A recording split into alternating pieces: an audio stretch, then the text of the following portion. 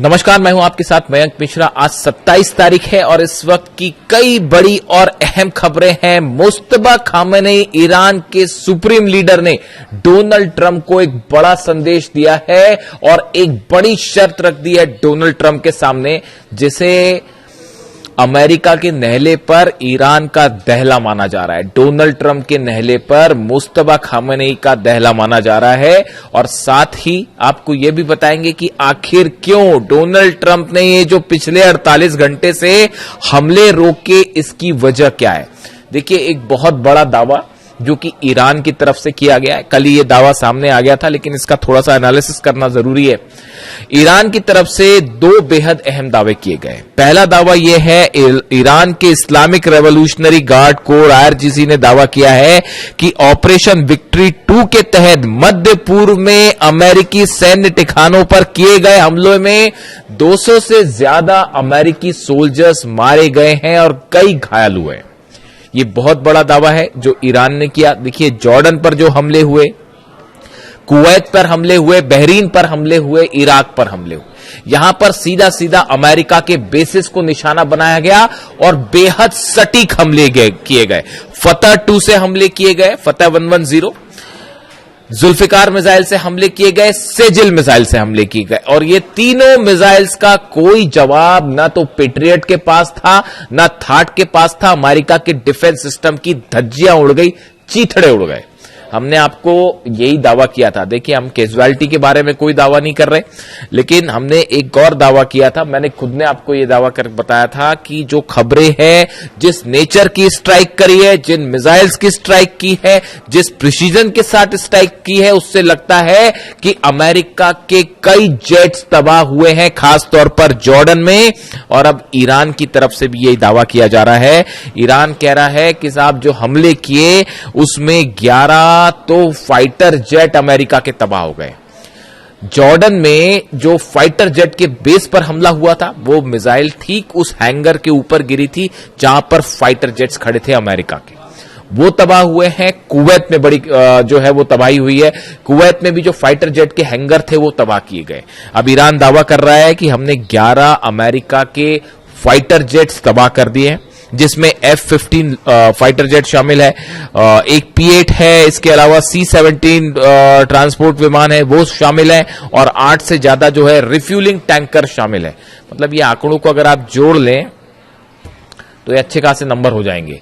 देखिए, ये पिछली बार भी हुआ था इस तरह से कि हमने कहा था आपको कि 30 से ज्यादा प्लेन्स तबाह हुए। अमेरिका के नंबर्स जो है वो 42 निकल के आए और अब देखिए ईरान के ये दावे हैं, इनको लेकर सैटेलाइट इमेजेस भी सामने आनी शुरू हो गई हैं।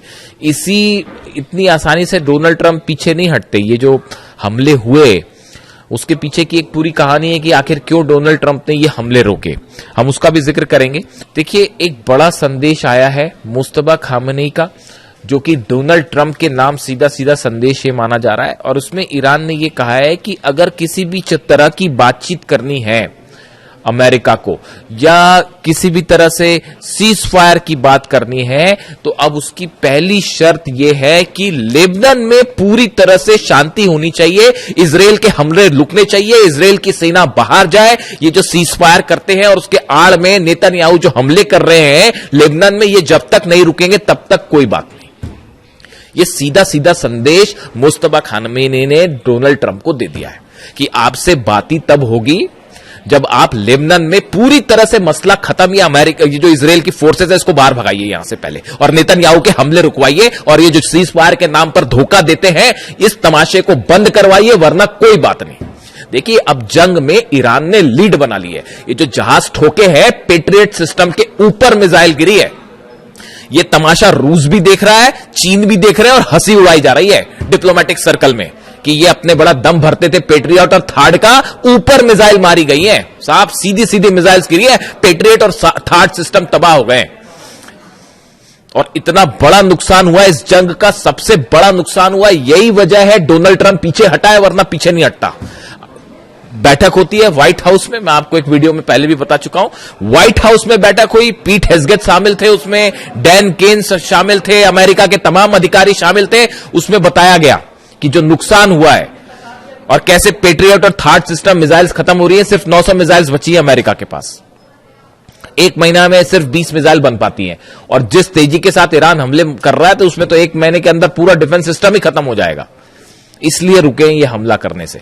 और दूसरी चेतावनी आ गई है ईरान की तरफ से कि नेटो के जितने बेसेस है सबको ठोका जाएगा, चाहे वो तुर्की में हो, चाहे इटली में हो, चाहे जर्मनी में हो। मैं आपसे उस पर चर्चा कर चुका हूं, इसलिए इस पर बात नहीं करूंगा।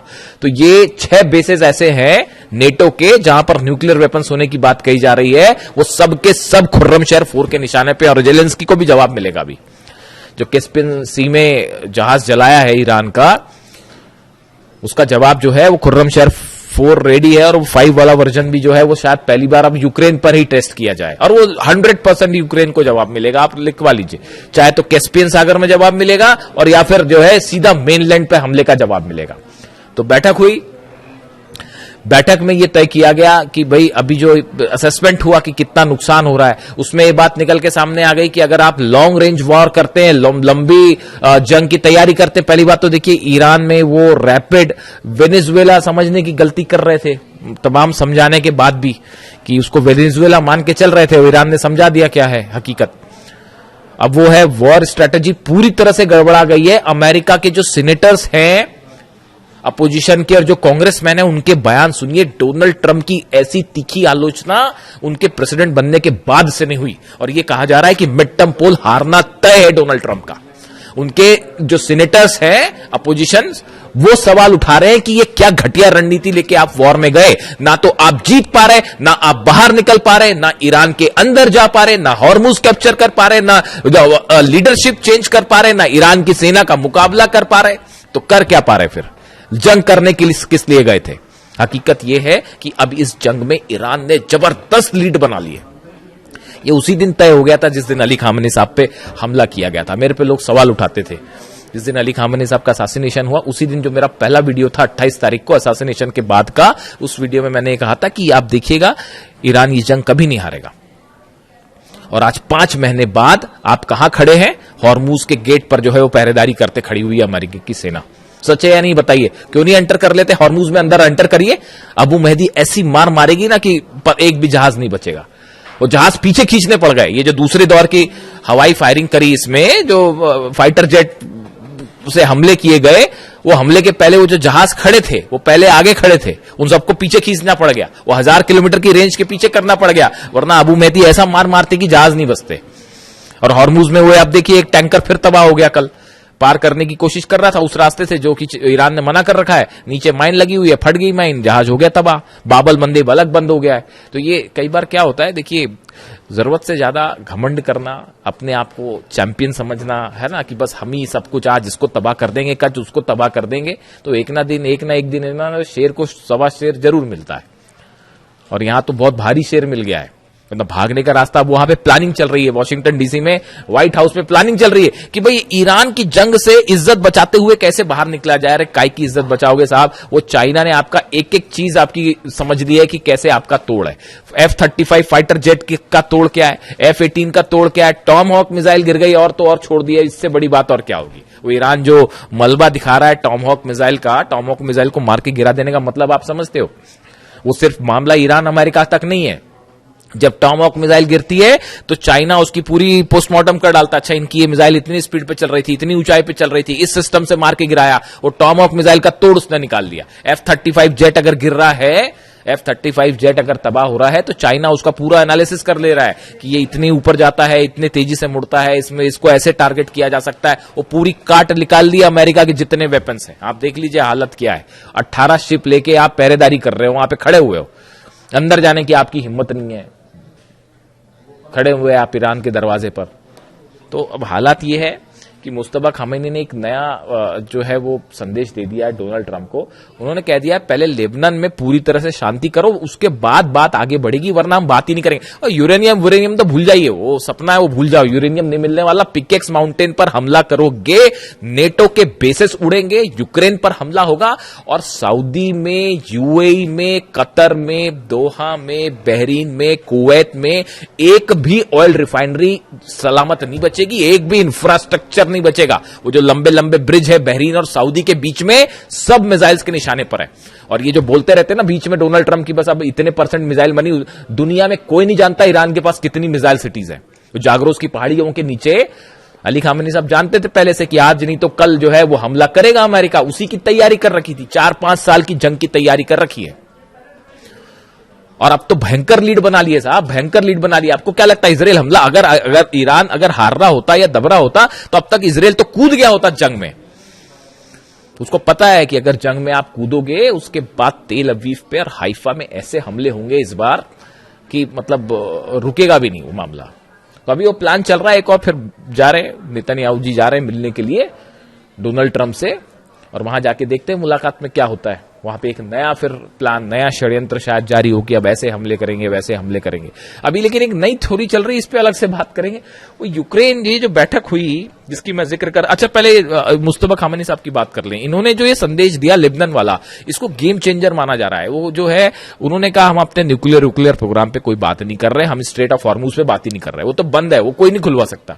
ईरान की परमिशन के बिना खड़ा हुआ अमेरिका, 5 महीने से खड़ा हुआ, स्ट्रेट ऑफ हॉर्मुज बंद है। वो जब ईरान का मन करता है खोलता है, जब मन करता है बंद कर देता। क्या कर पाए आपके एयरक्राफ्ट कैरियर दुनिया के? अब्राहम लिंकन क्या कर पाए और जेरल्ड आर फोर्ड क्या कर पाए? और वो लॉन्ड्री में आग लग गई तो भग लिए, वो अलग।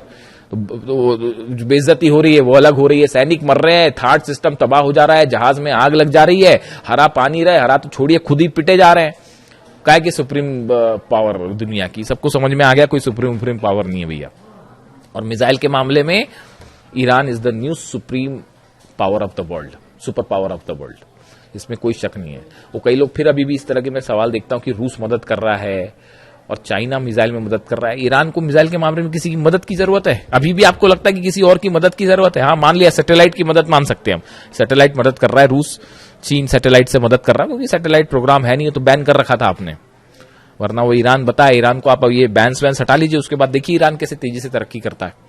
वो ह्यूमन ब्रेन बना लिया उसने, एक वो जो खबर बताई थी मैंने आपको, ह्यूमन ब्रेन की सेल्स बना के एक आर्टिफिशियल ब्रेन बनाने, मतलब वहां पे जो है आप देखिए ईरान में जो साइंटिस्ट हैं कितनी तेजी के साथ काम कर रहे हैं। ये तब है जब वो 30 साल से बैन लगा हुआ है, तो हाहाकार मच जाता है दुनिया में। जरा से जो है बैन्स लगते हैं, कहीं कोई टैरिफ लग जाता है तो हाहाकार मच जाता है। और 30 साल से वो अली खामेनी साहब का ईरान जो है वो 30 साल से बैन भी झेल रहा है, उसके बाद भी देखिए आज घुटने पे हैं सबके सब। तो अब इन्होंने मुस्तफा खामेनी साहब ने बड़ी प्लानिंग के साथ मामला पूरा लेबनान पे शिफ्ट कर दिया है। और इसका मतलब यह है कि न्यूक्लियर प्रोग्राम पर कोई बात नहीं, बाद में देखा जाएगा, और हॉर्मुज पर कोई बात नहीं, बाद में देखा जाएगा, खोलना है नहीं खोलना, बंद करना क्या करना है। पहले लेबनान में आप ये जो तमाशा चल रहा है लेबनान में हमले करने वाला, इसको बंद करिए पहले, उसके बाद ही आगे बढ़ेगी बात। अब डोनाल्ड ट्रंप ने डिसाइड करना है क्या करना है, यानी फोकस। अब देखिए कहने का मतलब यह है, ये खबर अहम इसलिए है, ईरान ने मन बना लिया है कि अब इनसे जो भी बात होगी नहीं होगी, करना है नहीं करना है, ईरान अपने टर्म पे डिक्टेट करेगा, अपने टर्म पे डिक्टेट करेगा। कोई बात अमेरिका की नहीं मानी जाएगी, ना उनके वो जो बीच वाले हैं बात करने वाले, ना उनकी बात मानी जाएगी। वही होगा जो ईरान तय करेगा, जो अहमद वाहिदी तय करेंगे, और अहमद वाहिदी वही तय करेंगे जो खामेनी साहब बता के गए और जो कासिम सुलेमानी साहब बता के गए। वो कासिम सुलेमानी साहब की जो स्ट्रैटेजी है ना, उसी से जॉर्डन ठोका जा रहा है, और उसी से कुवैत ठोका जा रहा है, उसी से थार्ड और पेट्रियट ठोके जा रहे हैं। इसीलिए नहीं डरते थे डोनाल्ड ट्रंप कासिम सुलेमानी से कि अगर कासिम सुलेमानी होते तो पता नहीं क्या हो गया होता। खुद डोनाल्ड ट्रंप ये कहते हैं पता नहीं कितनी तबाही मचाते हैं, और सही कहते हैं। खैर, तो अब हालात ये है कि डोनाल्ड ट्रंप के सामने नई शर्त रख दी है लेबनान वाली। दूसरी तरफ ये बड़े बड़े जो प्लेन गिराने वाले दावे हैं, इसमें थोड़ा सा टाइम लगेगा सामने आने में। बाबल मंदेब जो है वो पूरी तरह से बंद है, क्लोज्ड। ईरान ने हुतीस की मदद के लिए बैलिस्टिक मिसाइल ड्रोन्स का एक बड़ा जखीरा तैनात कर रखा है यमन में, खासतौर पर बाबल मंदेब के आसपास। और लगातार जो है वो लड़ाई चल रही दोनों तरफ से। आपने देखा ही कल यमन में किस तरह से हमले हुए, और सऊदी लेड फोर्सेस और हूती के बीच में आमने सामने की जंग शुरू हो गई। कई गाड़ियों को आग लगा दी गई। जिस तरह से ऑयल रिफाइनरीज पर सऊदी पर हमला हुआ, पूरी दुनिया देख रही है। सबसे बड़ी जो आपकी जो ऑयल रिफाइनरी है अरामको, उसकी एक यूनिट पर जिस तरह से मिसाइल्स गिरी हैं, बैलिस्टिक मिसाइल, पूरी दुनिया देख रही है किस तरह से यानबू में और दूसरी एक जगह जो है वो हमले हुए, और उसको कोई नहीं रोक पाया। तो अमेरिका तो फेल है ही पूरी तरह से, वो अपनी रक्षा नहीं कर पा रहा, तो सऊदी की रक्षा क्या करेगा। और ये प्लान चल रहा है, देखिए प्लान चल रहा है। खुद नहीं लड़ सकते तो बोले क्या एक नया मोर्चा खोल देते हैं, यूक्रेन को लड़ाओ ईरान से साहब। हथियार हम देंगे, वहां लड़ना ताकि हमारे बेस पे हमला नहीं। आपने क्या समझ रखा है ईरान को और क्या समझ रखा है अहमद वाहिदी साहब को? यूक्रेन हमला करेगा तो वो क्या जॉर्डन पे हमला रुक जाएगा? अहमद वाहिदी साहब ने, जो मेरे पास जो जानकारी है, ईरान की सेना ने, आईआरजीसी ने अपना टारगेट तय कर रखा है, पूरे अरब से अमेरिका को बाहर निकालो, ट्रंप की सेना को बाहर निकालो, उसके बाद देखा जाएगा। इस टारगेट के साथ काम कर रहे हैं। और डोनाल्ड ट्रंप की कोशिश जो यूक्रेन वाला है उस पर अलग से बात करेंगे। वो यूक्रेन को भिड़ाने की कोशिश है ईरान से, सऊदी को भिड़ाने की कोशिश वहां पे जो है हूती को वहां मैनेज करने के लिए सऊदी को भिड़ा लो, यानी खुद पीछे रहो, हथियार देके दूसरे को लड़ा जाए, ये प्लान चल रहा है। लेकिन अभी हालात ये है, ईरान ने बड़ी लीड बना ली है। अब ये जो शर्तें रखी हैं मुस्तफा खामेनी साहब ने, इसका क्या होगा? बाबल मंदेब का क्या होगा? हॉर्मूज का क्या होगा? एक बड़ी जंग की तैयारी फिर शुरू है, अमेरिका की तरफ से भी, इजराइल की तरफ से भी। इजराइल की एंट्री भी जल्दी हो सकती है, अगले 1 से 2 दिन में 30 तय हो जाएगी कि मामला जंग की तरफ, बड़ी जंग की तरफ। ईरान जान रहा है कि हमला होगा, आज नहीं तो कल फिर से हमला होगा। किस रूप में होगा ये देखने वाली बात है। जो भी अपडेट होगा आप तक पहुंचाऊंगा। Thank you so much.